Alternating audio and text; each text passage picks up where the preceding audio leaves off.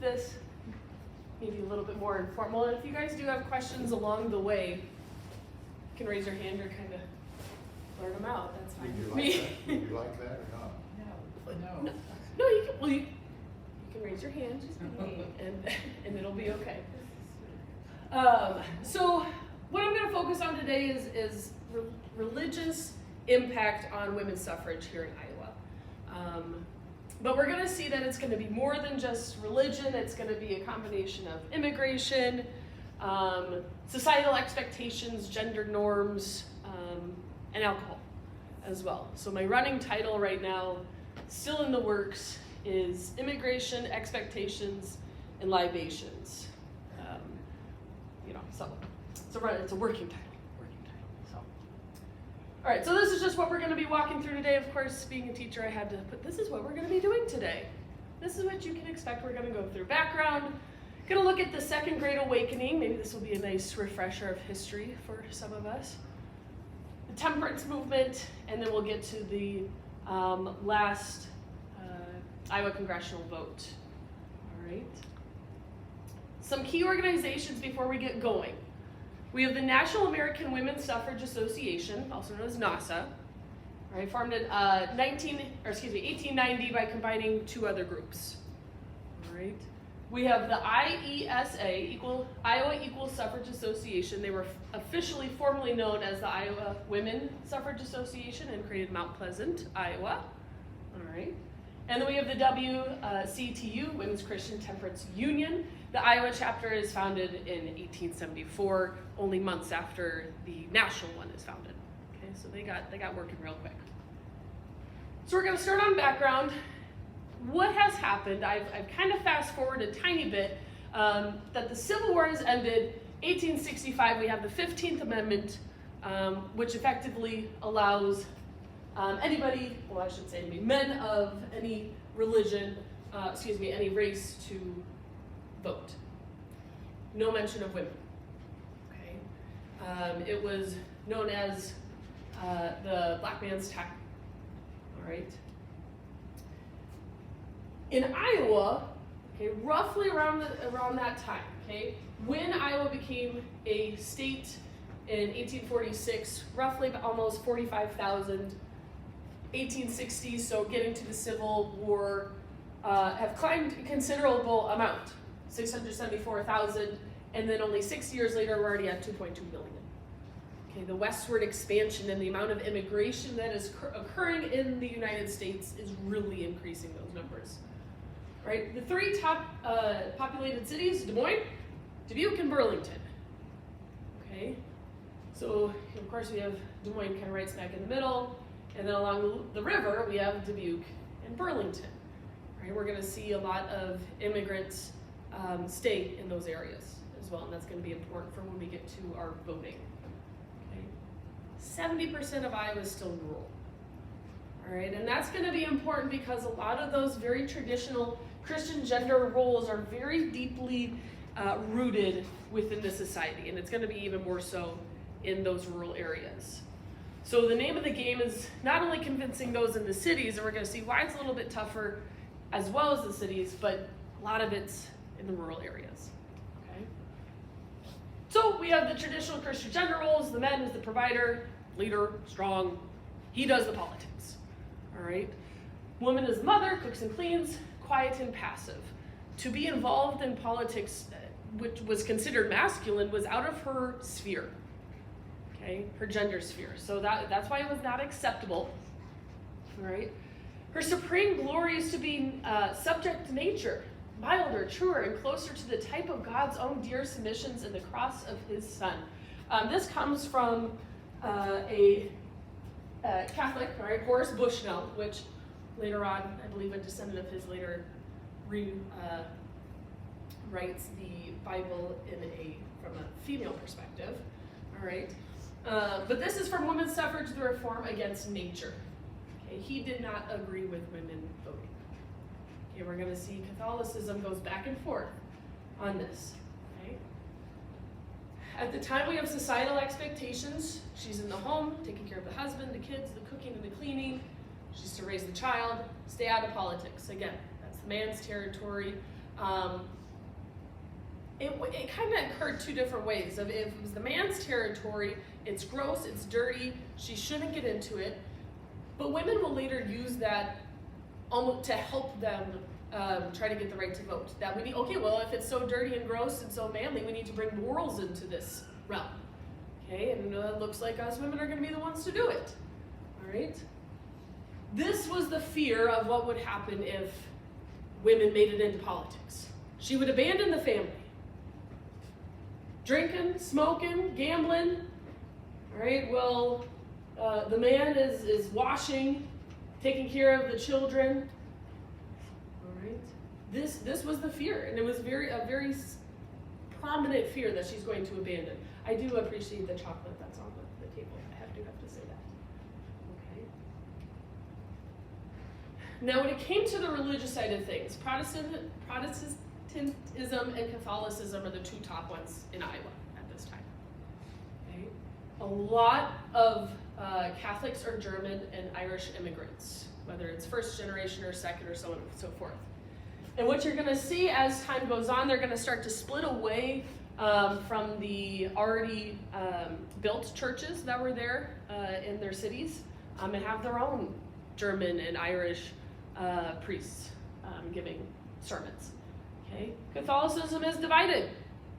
Some Catholic leaders are in support of it, some are not. Okay. Mixed messages. And again, this is where we see that divide of American Catholicism versus those immigrant fundamentals, and that's where you're going to see a big split with those more immigrants coming in. Protestantism is going to change a lot with the Second Great Awakening, and we'll relearn what that means here in a little bit for some of us. But this is where a majority of the support from the church is going to come from. Okay? Congregational, Methodist, Episcopal, some Lutheran. Again, they're very similar to the Catholics, back and forth. Okay? Depending on who you ask. All right? Now, in the past, there have been attempts at women's suffrage. Okay? One of the closest one was back in 1872, only failed the Senate by 2 votes. So very close. Bill failed in 76, it totally died in 80. It didn't even reach a vote. And then in 84, it again passed the Senate but failed the House pretty miserably. Okay, so there have been attempts. It's just can't quite get over the edge there. Okay. One of the reasons is Victoria Woodhull. All right. Victoria Woodhull is known throughout the women's suffrage because she is also invested in free love. Okay. A lot of Iowa is not ready for that concept. Okay. And so they depict her as Satan in this case, all right, and willing to take on, the wife is willing to take on the drunkard husband and the child and say, no, I don't want the right to vote if it means this. Okay, and this is from Harper's Weekly, so this becomes a whole national thing as well. Okay, so what ends up happening is at the Iowa, one of their yearly meetings, they talk about this. And they bring up, well, should we denounce it or not?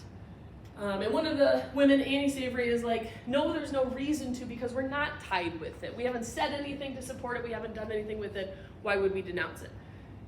And unfortunately, what ends up happening is then people do tie it together because they didn't denounce it and people aren't really ready to support it. Okay? All right. We have the Iowa Opposed to Women's Suffrage Association coming about. Okay. One of the quotes, feminism is a revolt against nature and Christian morals. Inez Milholland Boissevain, a prominent suffragist, foresees with delight, quote, the beginnings of a breakdown of the artificial barriers in the way of a more natural observance of the mating instinct. So they're taking some things, taking specifics out of context and focusing in on that. Okay. This is part of a 36-page pamphlet given out, and actually throughout my paper I pull out other instances where they're talking about things like this, but now it's starting to see more pushback. Okay, starting to see more pushback. And what Annie Savory, I mentioned her earlier, all right, she comes out and is talking about why are women so caught up in being, well, they're the corrupt ones, so inherently wrong. Okay? Are then the women of Iowa so corrupt, so inherently immoral that they cannot be trusted with the ballot? Are the homes which these men represent the heaven-appointed homes of which this senator speaks so pathetically, where women's sphere is limited and where she is taught subordination and subjection, according to his beau ideal? If such heaven-appointed home begets only angels, why is it that so many married men get away from them as much as possible, away over heavenly homes until these prating theorists can they themselves become saints? Okay? What she's trying to point out is she is so frustrated with the opposition that she is pointing out men are doing wrong, and why is it women's jobs to fix it? Okay? Excuse me, I might have to blow my nose here in a little bit. Okay? The senator that she's speaking about is Senator Benjamin Billings Richard in the 1872 vote, who's talked about those heavenly homes. This should be the thing that, you know, men should come home to, these heavenly homes, and he's basing it off of biblical quotes. Okay, and she's tired of him taking these things out of context and saying, this is the woman's job, this is the woman's job. Okay, well, what's the man's job? What is he doing to uphold some of these things as well? All right. However, there have been socially appropriate politics by women prior to this. They might not just realize it. Okay. The tactic of demanding individual liberty or the idea that women are equal to men is not working in Iowa. That was a national NASA tactic. It was not working. Okay? So having to readjust, all right? And one of the ways is going to be the realization of civic duty, and that women have been doing this for a long time in the form of ladies' aid societies, happening both in urban and rural communities. Okay, by doing bake sales, bazaars, auctions, raising money for the community. Okay. In Spencer, Iowa, I found a discussion that they paid for the electric lights, a new church bell, an alcove for the choir for the First Baptist Church. Okay. So it's clear that women have been involved not only in politics but also within religions as well. All right. It was just in a acceptable sphere. Okay, it was still within their bubble. Reverend Martha Waldron Janes, all right, she is going to be a leader of the her Clay County WCTU, right? Her focus is on, let's convince people that this is a civic duty, that this needs to be both a God thing and a constitutional thing. Okay? And we're going to see more churches start to agree with that concept. Okay, Protestant churches opened their doors to suffrage activities, and during the 20th century, the IESA hosted almost every annual convention of Protestant church. So we're really starting to see more and more of that tie together. Okay. Second Great Awakening. Okay. I'll let you read that quote for a second. Take a drink of water.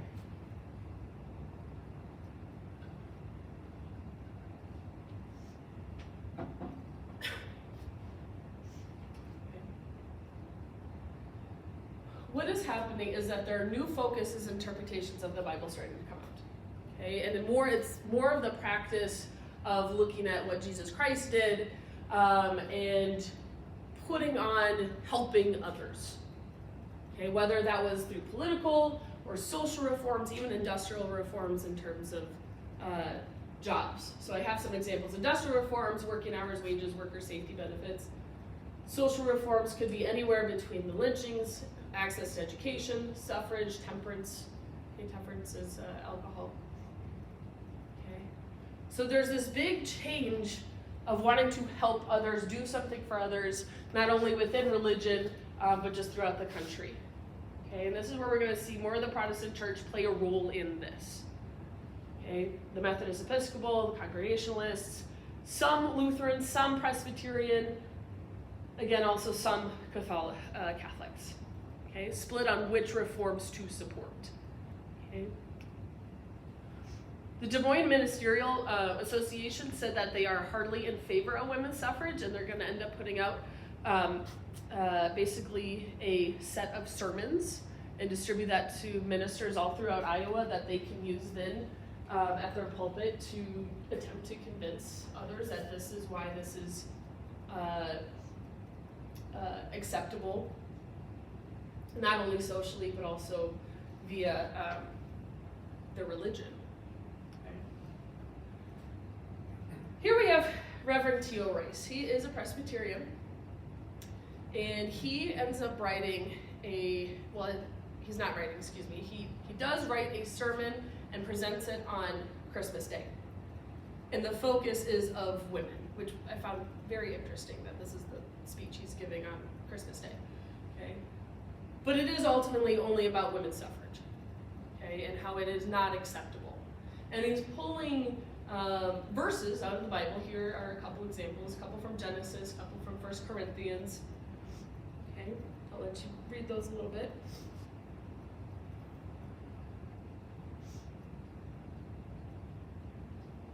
And this is in the Des Moines Register that it ends up getting printed in.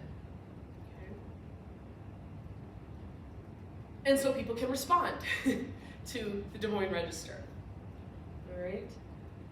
And Annie Savory will. All right?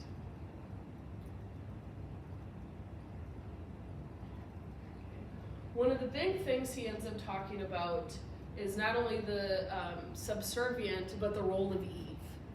And in his interpretation that Eve is the reason for all sin in the world, therefore women should be subservient and they should not have certain things. Okay? That is his interpretation. Okay? He also touches on the argument of being able to accomplish certain social reforms if women get the right to vote, like temperance. Okay? But he feels that, no, you don't need the right to vote. Okay? What women need to do is they need to do it in the nursery. Okay? Raise good kids. You don't need to go to the ballot box. Just got to raise good kids. Okay? Is his point of view. So he's kind of touching on both biblical and as well as other tactics that suffragists are trying to use. Okay? Oh, Amelia Bloomer. Who is where the Bloomer pants are from, okay? She moves to Dubuque and is astounded at the debauchery she has found herself in, okay? She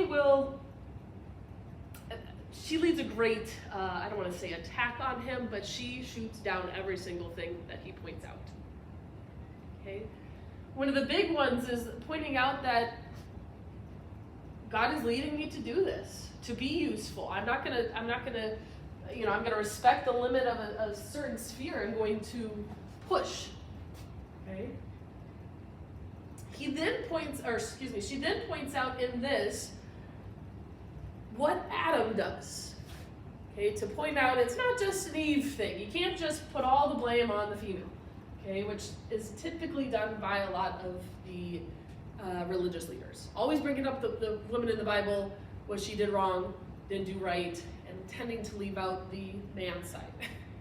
Okay, and this is where Amelia Bloomer is saying, well, what about Adam? We can't forget about him. He ate without objection or hesitation. He hid when God showed up. Are you not holding your fellow man accountable? Okay. All right. She then goes and points out other strong female characters.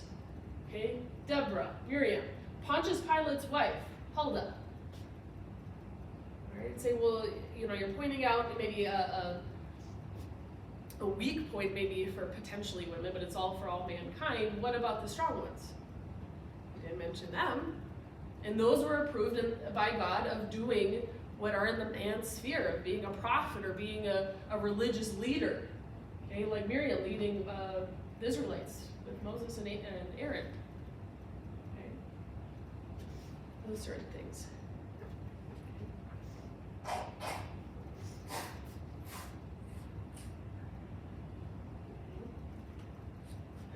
Reverend C.C. Harrod, okay, or Hera, Harrod's more fun. Okay, he writes a pamphlet called Jesus Christ, the Emancipator of Women. Okay, and does a very similar thing in pointing out, look at what women have done in the Bible. Okay, if we're going to use the Bible, we got to use all parts of it. Okay, and ultimately, towards the end of his pamphlet, he says this: put yourself in that woman's place, and then consider that if we do not directly lead others into evil, we may aid in making the hard circumstances that result in evil. Hypocrites pretend to abhor wickedness, while by injustice and hard dealings they drive others into it. Okay? You're pretending you don't like these things, all right? But then you're forcing others to live by that. You might not have to, but others have to. Okay? Again, kind of pointing out the hypocrisy of a lot of male anti-suffrage. Okay? Then we throw in the temperance movement on top of all of this. It's a lot to keep track of. Okay.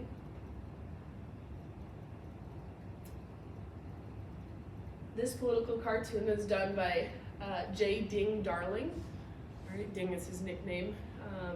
Born in Michigan, but grew up a lot in Sioux City, Iowa. All right, and will later on go to New York and do incredible things in New York. Okay. Side note, when I worked at the, why can't I think of the name now? On Iowa State's campus. The artist. Grantwood? Yes, when I worked at his museum. Thank you. When I worked at Grantwood's museum, we did a feature on J. Ding. We had a whole collection for quite a while up. Okay. All right. And we see in this cartoon, we got the Dries barreling through the saloons, okay, overturning everything, running into people, okay, liquor interests.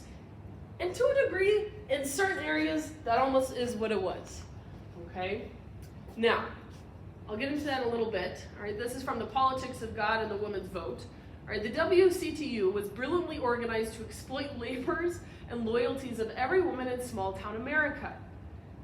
All right, its members were burghers' wives, not the elite, and came largely from the revivalist strain of Protestantism, belonging overwhelmingly to evangelical denominations, Methodism in particular. Okay.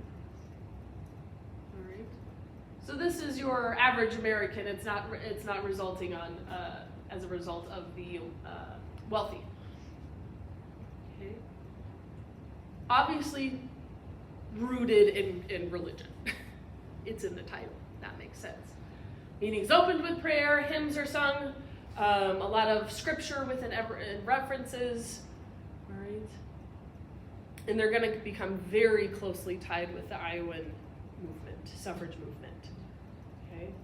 And they're going to use benevolent womanhood and moral suasion. So a lot of that tactic is, well, okay, if I am such a moral being, then let me go into politics. I'll help everybody out and be more moral and more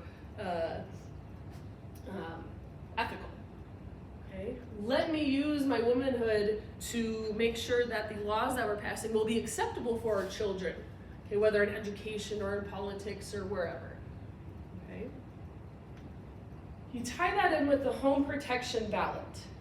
Okay? And now we're in a sphere of this is socially acceptable to be pushing for women's suffrage because of these things. But that's also going to come at a price. You're both going to get more advocates for suffrage, but then you're also going to be upsetting people at this. Okay, and a lot of it has to do with temperance. Okay, Frances Willard is the president of WCTU, and she is the one that starts this idea of the home protection ballot. We got to be able to get the right to vote in order to protect our home, to protect our children, all right, to protect ourselves from the evil doings of society. So we need to be able to vote. Okay. Now this is where the conflictions of being so closely tied in, because a lot of small rural areas don't have enough members or enough money to separate the two into having both a women's suffrage club and a temperance club. Okay. So they're going to be very, very closely tied in a lot of rural areas. Okay. Obviously, already have a lot of religious activities, and that can be seen as both generally a positive thing for them at this time. Okay. All right, their end goal of temperance was socially acceptable. That was fine. Why not let them, okay? And then obviously temperance would bring a positive influence on the family. On the other hand, though, what is happening, there is mob law in some temperance areas, okay, where groups of women, crusaders as they are called, are going into saloons and tearing it apart, okay, physically and verbally abusing the patrons in there and the barkeeps, that it's unruly and it's too much for the time, so that doesn't look good, okay.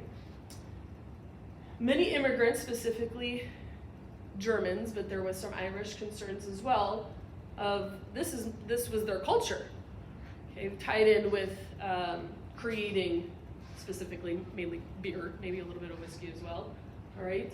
You're going against me if you're trying to take that away, if I can't produce these things. Okay, so many are not gonna be in support of it. That leads to the different viewpoints of what temperance means. Does that mean get rid of all alcohol? Does that mean just hard liquor? Some beer and wine is okay. Religious leaders are also going to, it's a personal opinion for a lot of them. Okay, and again, not being able to separate temperance from equal suffrage is going to play a huge role, again, because of this and this. But the crusader, okay, the woman who is fighting for temperance is less of a threat to the home, or perceived threat, I should say, than the women's suffrage was. Okay, she was still considered a threat to the values of a home. The crusader was not. Okay, and that was all shown a lot through all the different newspaper articles. Okay, so many more positive newspaper articles about the crusaders.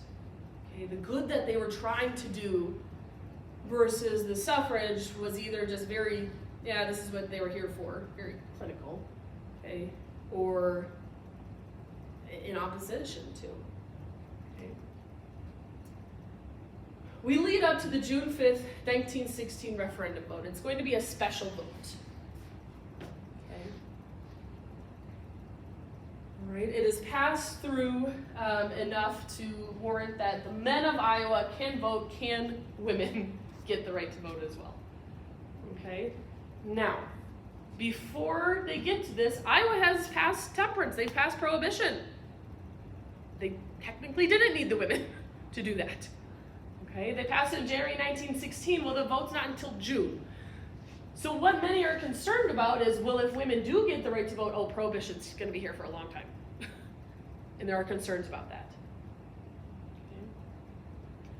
Okay. Another thing that is somewhat random is the directions for how to vote in this referendum are very confusing. And when asked about it, the Attorney General doesn't clarify anything. He doesn't really help. And we're going to see why that's going to be problematic here after we receive the results. Okay? It fails by about 10,000 votes. All right? About 48.5% voted in favor. Okay, so very close. A small majority is going to vote no. Okay, do not allow women. All right.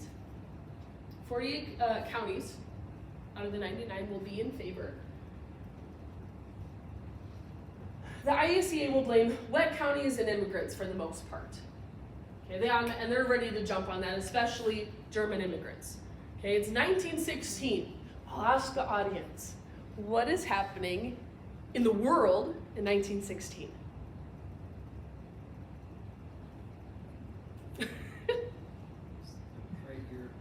The Great European War, commonly known as now World War I. All right, who was the United States really mad at? Haven't entered the war yet, but who are they really mad at in that war? The Germans. Thank you, I appreciate it. Okay, the Germans. So automatically it's going to be, the Germans did this to us. Okay, not only over there, but here too, they're attacking us. Okay, those wet counties, Dubuque, Des Moines, Clinton, and Scott, okay, all have high German immigrants, and many of them are anti-prohibition. Didn't want it to begin with. Okay, a lot of river counties. All right. Now, what was concerning to the IESA as well as the WCTU was that 30,000 more votes were counted in the referendum than in the governor's election held in November of 1915. 30,000. That's a significant amount more. So the WCTU is going to launch an investigation, okay? And what they discover is there's almost 14,000 unregistered people have casted votes, which technically that was illegal, okay? Little more than 2,000 didn't have a name that corresponded with the poll books of who was registered. There's a name on there, but that doesn't fit with who we have, okay? So why not but blame the Germans? Voter fraud, okay? We've heard it once, we've heard it a couple times. Okay, the Germans have committed voter fraud, all right? No, not necessarily, okay? This is from Carrie Chapman Catt. Okay, this is from her diary where she has painstakingly marked anytime there is a flaw, okay, within the voting, okay? The yellow dot was pro-suffrage, okay? A white dot represented that they were anti-suffrage. They voted, their whole county voted anti, okay? But there's a lot of other little tabs. And I'm not gonna go through every single one, but there's a whole list of what every single tab means. And a lot of them, most commonly you see a lot of red, that means unaccounted for. Don't know who this person was, okay, unregistered. All right, a black tab meant more votes than names on the list. Again, that wasn't supposed to happen either, okay? Right? It doesn't help, again, that this referendum, the instructions were never really clear, okay? So, especially, the farther you get away from some of those cities, the more, I guess we're gonna do this, or one, ballot box for, a whole area as well, okay? I do find it just interesting of kind of where I've lived, and I'm like, oh, did they vote pro-suffrage? They did. I haven't lived there, but I've been there a lot. They did. Did I live there? Is this Ottumwa? No. Wait, no, That's not Pleasant. no, okay, no, that's not. So where's Ottumwa? Which one is that? Above Davis, Wapello. Oh, there's Wapello. It looks like something fellow over here. Okay, well, bummer. One out of 4. It was very close. So as time has gone on, okay, there's obviously been more time to assess the voting. Okay, obviously there are problems, but ultimately what ends up happening is that they're seeing that those that demonstrated support for suffrage were dry British American Protestant and Republican areas. Okay, which ironically enough, the Republican who was running for governor, William Harding, he becomes big later on, okay, he's actually wet in this election. Okay, the Democrats went against their party's ties, and they put up a dry candidate. So all of a sudden it got a little confusing of what to do. Okay, which that probably played a role as well. Okay, those that demonstrated their disapproval were generally wet. Large populace from continental Europe, especially Germany, Ireland, Czech Republic as well, were Roman Catholic and Democratic. Only 3 out of the 20 most German counties approved the suffrage. Okay. But when it comes down to it, and while these percentages might not look to be that much different, there is a statistical difference, and it's not necessarily focusing on the Germans, it's the religion. Okay, German Catholic voted 35.4% voted in favor, whereas 46 German Protestants voted in favor. So they're starting to see it's not just a German thing, all right? It does look to be obviously a religious thing as well, okay?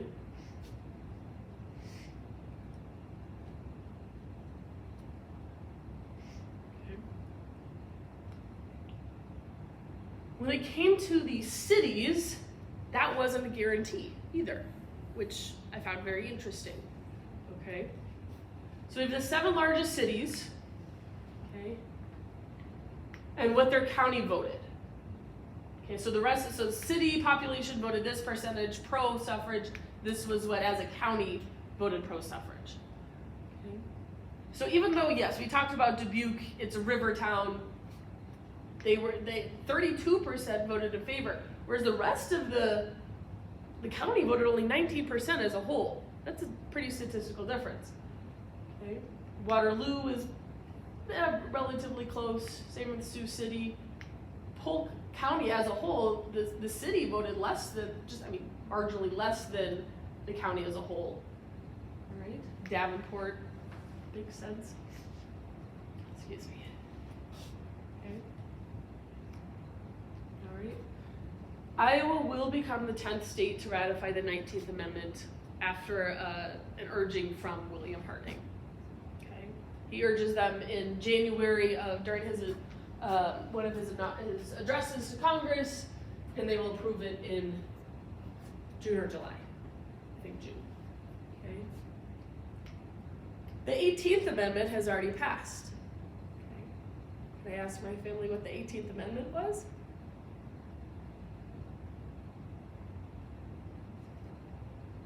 Prohibition. Prohibition has already passed. Okay, so now it's kind of one of those, well, it's a national thing now, I guess. All right, let the women vote. Okay, fine. Can't stop them now. All right. Society shifted a lot. Okay. And it had a lot of reforms.